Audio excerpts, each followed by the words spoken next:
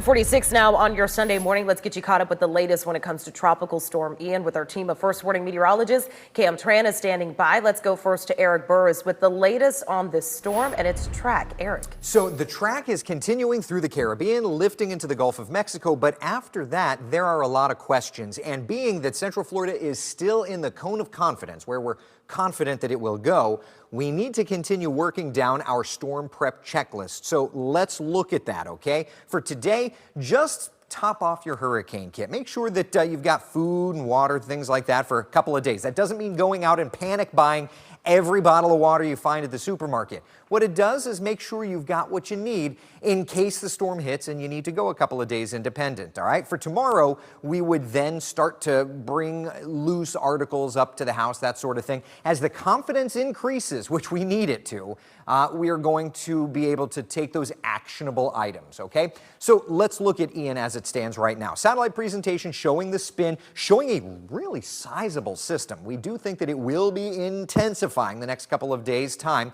And as a matter of fact, within the next few minutes, we should get a new update from the Hurricane Center.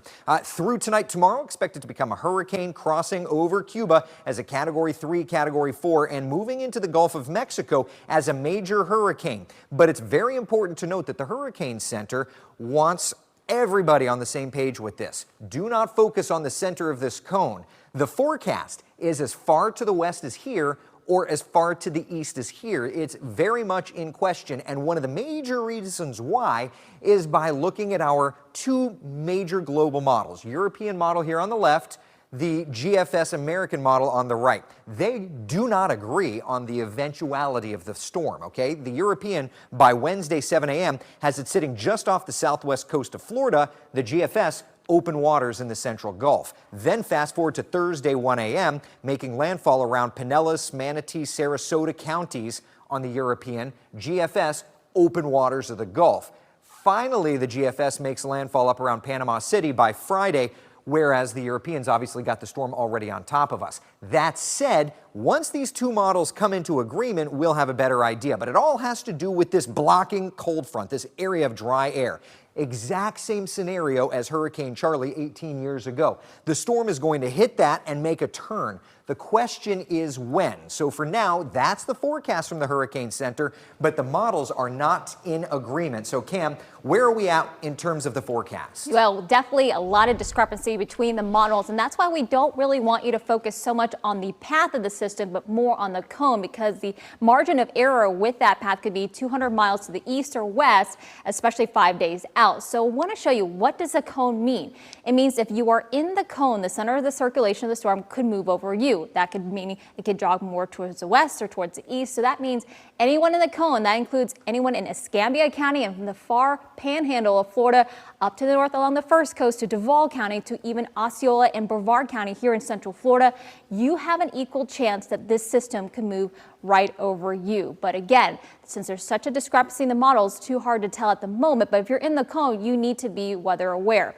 Another thing is we overlaid the cone, the NHC cone and the path over our in-house Futurecast model. And you can see, even though if you're not in the cone, you're likely still going to feel some impacts from this system. Our Futurecast model is showing more of an easterly track, favoring more towards hugging the west coast of Florida. If that happens, you can see you're still going to get some of the tropical rains from this system. And Eric was explaining the meteorology behind it, and we here in the Weather Center, at least Eric and I do think that it could favor more of an easterly track, thanks to the synoptic setup and the meteorology setup behind it. Now, taking a look at the Euro and Futurecast models, it is favoring more hugging the west coast of Florida. And the GFS, which has been more bullish about pushing it towards the west, away from the west coast, it's more of a more westerly path, would mean less impacts here at home. So European GFS, bigger impacts here at home. If it favors more of the GFS model, it's going to be less impacts here at home. Both models agree that we are likely going to see a major hurricane out of this. Now, what kind of impacts could we possibly see? The timeline for impact will be Wednesday through Thursday. Thursday, with flooding being one of the biggest concerns. Severe storms and tropical storm strength winds are on the medium side, while storm surge is on the low side. First warning radar showing dry conditions out right now. Temperatures right now pretty comfortable. Look at that, 67 Ocala, 74 right now in Orlando. As we take a look at the next 12 hours, we'll see those high temperatures climb into the upper 80s to low 90s. Rain coverage around 20 to 30% coverage, but we greatly increase that rain coverage as we start to see some of that tropical moisture from Ian head north our way. So again, now is the time to start thinking about a hurricane plan and be ready.